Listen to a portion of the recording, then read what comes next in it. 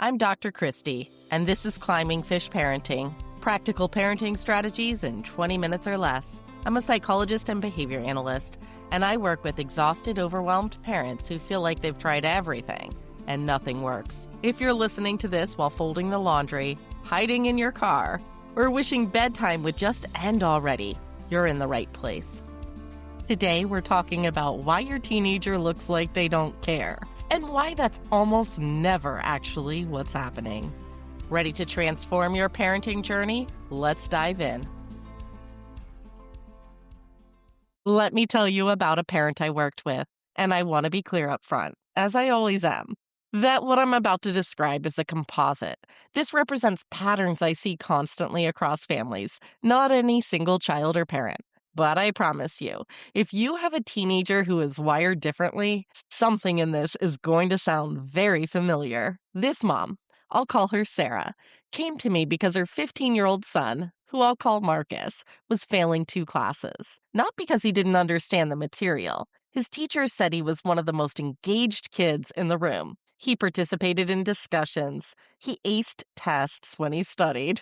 He clearly got it. But he was missing assignments consistently, not occasionally, consistently. And his grades were tanking as a result. Sarah had tried everything. She checked his homework planner every night. She emailed his teachers weekly. She took away his phone until the missing work was done. She sat next to him at the kitchen table. She hired a tutor. Nothing stuck. And the thing that was making her crazy, genuinely bone-deep crazy, was that Marcus didn't seem to care. She'd tell him about the missing assignment. He'd shrug. He'd say, okay, I'll do it. And then he wouldn't. Or he would, but he'd forget to turn it in. Or he'd turn it into the wrong place. He doesn't care about his future, she told me. He doesn't care about anything. I hear this from parents of teenagers constantly. And I want to offer you the same reframe I offered Sarah. Marcus wasn't struggling because he didn't care. Marcus was struggling because the gap between what his brain could do and what high school was asking of it had become enormous, and every strategy designed to help him was aimed at motivation, when motivation was never the problem. When kids are young, executive function challenges are usually visible. The meltdowns are hard to miss. The inability to start a task is obvious. The emotional dysregulation shows up on the surface where everyone can see it. And because it's visible, there's often, not always, but often, more support, more patience, more willingness from teachers and family members to step in and help. But something shifts as kids move into middle school and high school. The support thins out. The expectation is that by now, kids should be managing themselves, tracking their own assignments, packing their own bags, advocating for themselves when they're confused, planning ahead for long-term projects, managing their time across multiple classes with multiple teachers who each have completely different systems and expectations. For a kid whose executive function is developing on a different timeline, and for kids with ADHD, certain profiles of autism or anxiety, that timeline can be years behind their peers. That expectation is like removing scaffolding from a building that isn't finished yet. The building doesn't suddenly hold itself up. It starts to crack. But here's the thing about teenagers. They don't show the crack the way younger kids do. A 7-year-old whose whiteboard crashes has a meltdown on the kitchen floor. You know something is wrong. A 15-year-old whose whiteboard crashes shrugs, says, whatever, closes their bedroom door, opens YouTube.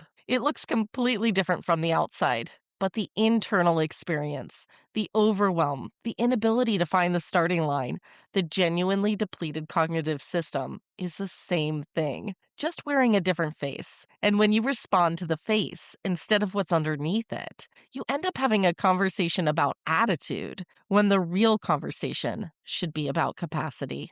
I want to slow down here because I think this is a piece that changes things for parents of teenagers more than anything else. When your teenager shrugs, when they say, I don't know, and stare at the ceiling, when they can't explain why they didn't do the thing, even when you're not angry, even when you're genuinely trying to understand, most parents read that as indifference, as a choice, as evidence that this kid has decided not to try. And I want to tell you something I've said to a lot of parents in my office. and that I've had to remind myself of as a mom more times than I'd like to admit.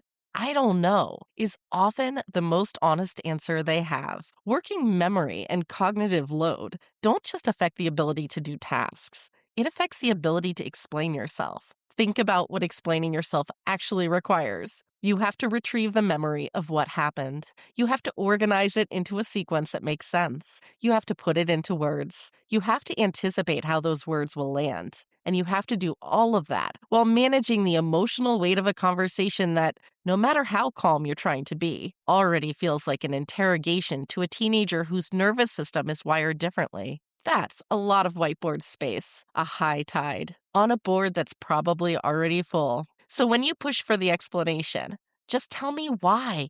Give me one reason. You're asking a depleted system to produce something it genuinely cannot produce right now. And the shrug is not defiance. The shrug is the system saying, I have nothing left to give you. I know this because I've been on both sides of it. As a clinician, I've sat with teenagers who desperately want to explain themselves and cannot find the words. And as a mom, I've pushed for the explanation anyway. Not once, but as a pattern over and over. Not because I was trying to make things harder, but because the silence felt like not caring. And not caring felt like something I needed to address. But it wasn't not caring, it was not being able to. And those are very different things. Once I really understood that, not just intellectually, but in my gut, everything about how I showed up in those moments changed. I stopped pushing for the explanation. I started asking smaller questions, and I started getting real answers. Let me walk you through the specific ways this shows up in tweens and teenagers I work with, because I think sometimes it helps to see your own life in the examples. The first one I think of as the assignment black hole. This is what was happening with Marcus. The work gets done, and then it disappears. It doesn't get turned in, and the reason is almost never what parents think. I see a version of this with my own daughter. She'll finish something, close the laptop, and genuinely believe it's done. In her mind, done and submitted are the same thing. The brain registered the task as complete, and it moved on. That's what's happening neuropsychologically. For a brain with strong executive function, the task has a natural loop that doesn't close until both pieces are finished. Done and submitted equals complete. The brain holds both of those simultaneously. For a brain with executive function challenges, the loop closes at done. Submission is a separate task, one that requires its own initiation cue, its own working memory slot, its own reminder. And if nothing in the environment prompts that second step, it simply doesn't happen. This is why the work can be sitting finished on the laptop and still not get submitted. The brain already moved on. It didn't forget because it didn't care. It forgot because it genuinely believed it was already done. There was no deliberate choice not to submit.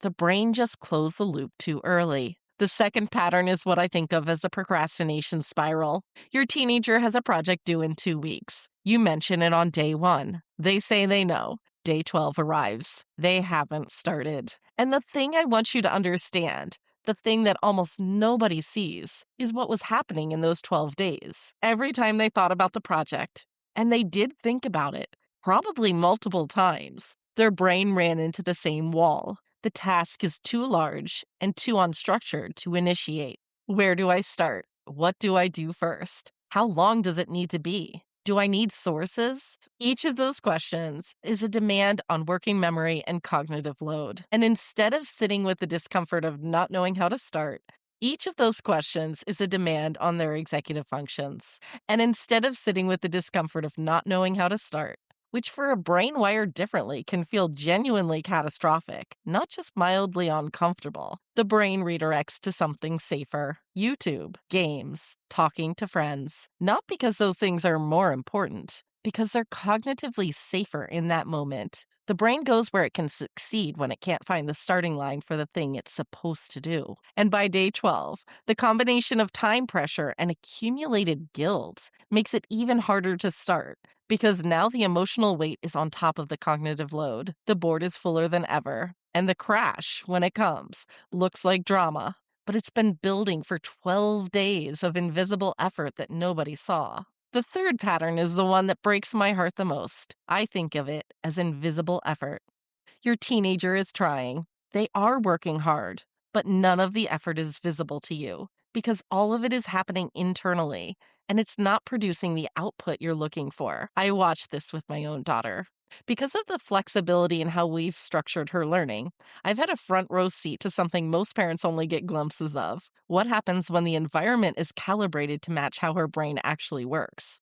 And what I've learned from watching that is that the gap between what she can do under the right conditions and what she can do when she's depleted is enormous. Not a small difference, a huge one.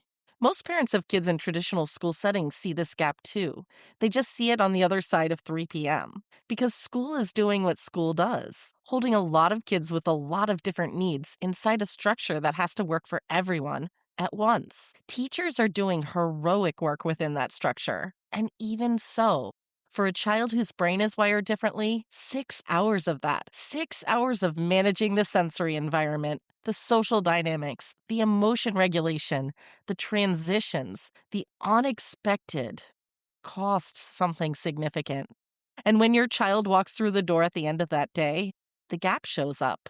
The homework that seems impossible at 3:30 becomes manageable at 4:15. Not because the work changed, because the brain had a chance to reset. And understanding that, understanding what the depletion actually looks like and what it needs, is what changes how you respond to the after school crash and to the invisible effort happening on the other side of it.